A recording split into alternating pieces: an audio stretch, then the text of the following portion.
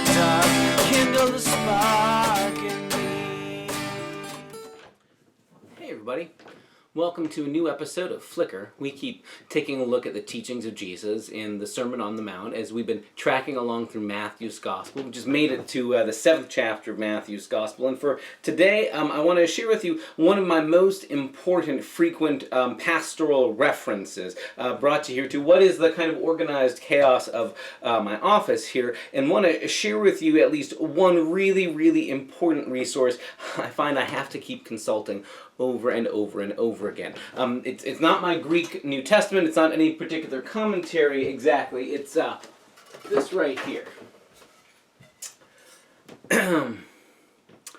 So this is it's a piece of a 2x4. It's a spare plank of stud that I happen to have laying around, and it has these really important words on it. Remove from I. Because when we get to Matthew chapter 7, the opening couple of verses, we talked last time about how Jesus teaches don't condemn other people and to give the same grace to others that you want extended to yourself. And so then he goes on and he says, why do you see the speck in your neighbor's eye but don't notice the log or the plank or the board, the 2x4 in your own eye? So first, take the speck out of your own eye, and then you can help, or take the log out of your own eye, and then you can help your neighbor take the speck out of their own eye.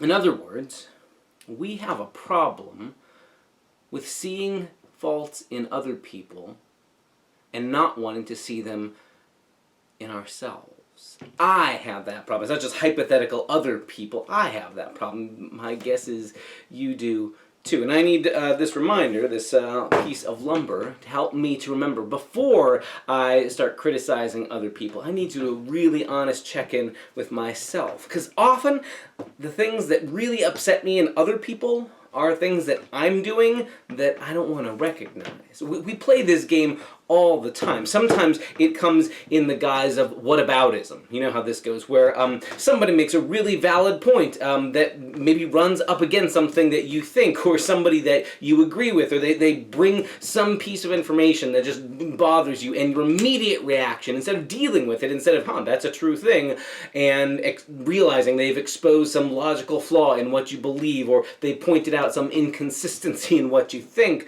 or who you like, or who you support. And instead of taking it and going, yeah, I need to rethink this, we go, well, what about? And then you launch into an attack of stuff in their world or what they think that you don't like, which is a way of dodging having to deal the difficult work of looking at ourselves. We aren't great at this.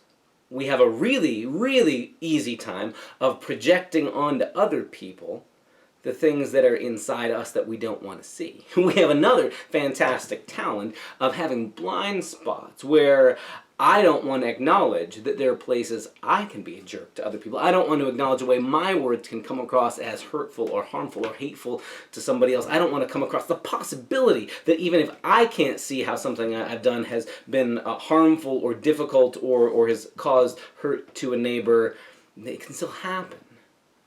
This is what Jesus has in mind when he says, before I start nitpicking and pulling specks out of somebody else's eye, which is a thing, right? You got a grain of sawdust in your eye, that hurts, it bothers you. Nobody wants to leave that there. But maybe I need to take care of my own stuff first. And maybe part of what's making me so fussy about somebody else is there's some stuff in my world that I haven't dealt with that I need to, honestly. So here's the challenge. If you need to write it on a piece of lumber and stick it on your bookshelf, go for it. If you need to put it on a sign that you look at the first thing in the morning when you're getting up and putting your clothes on, sticking your wallet, your keys in your pocket to remind you, whatever it needs to be. But maybe all of us need some kind of a reminder before we let ourselves get so provoked and fussy about what other people are doing and why they're doing it wrong. Maybe the first step is, how do I take a look inward at myself? Where am I participating? Where am I complicit in the things I'm so upset about in other people? This is a really important tool. It's more than just plain manners. In fact, in Dr. King's movement, in the nonviolent civil civil rights movement of the 1960s, there was this really important part of the process for anybody who was one of the volunteers who worked as protesters, as members of the movement, that before you were allowed to go out and protest somewhere else, there was this important step of sort of self-purification. And King just got this from Gandhi, and to be honest, Gandhi is on the same wavelength as Jesus here, that before we decide we're going to speak up in all of our fury and righteous indignation, we better take a look inside ourselves.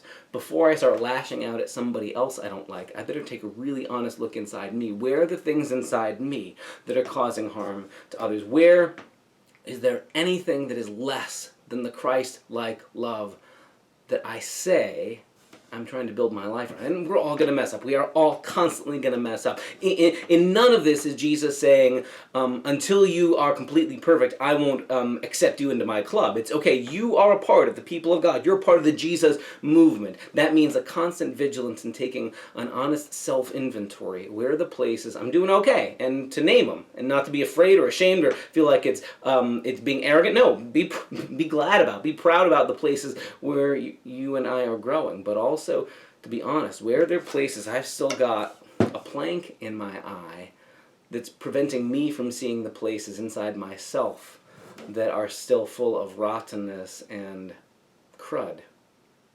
Maybe we can all learn something from the experience of folks who go through 12-step recovery programs, in whatever the kind of addiction recovery you're talking about. One of the important early steps in the 12 steps is an honest self-inventory. That means taking a look at where in my life have I gotten out of whack? Where are there places that I don't want to even acknowledge that I've got a problem, but I need to, where I need to be honest with myself? And that's part of the gift we have as community, that Jesus invites us together collectively, safely, and vulnerably to let one another in. And I invite you then, and I would ask that you in your own life find people in your life you can trust, that you can invite and say, help keep me accountable. And where I've gone off on attacking other people or yelling or criticizing other people, help me first to take an honest look at myself. Instead of getting defensive, instead of launching into a what about this and this and this that I don't like in you, okay, when somebody has a point that lands, and maybe it pinches or it hurts or it smarts because we know they've hit something true in us, to deal with it instead of getting defensive. In other words, find yourself something. Maybe it's a living, breathing person, or it's a piece of pine lumber, to remind you and me. Remove these from our eyes first before we go trying to fix other people. As we work on that, we'll keep working on the rest of the Sermon on the Mount. So join us here next time for more conversation here on Flickr.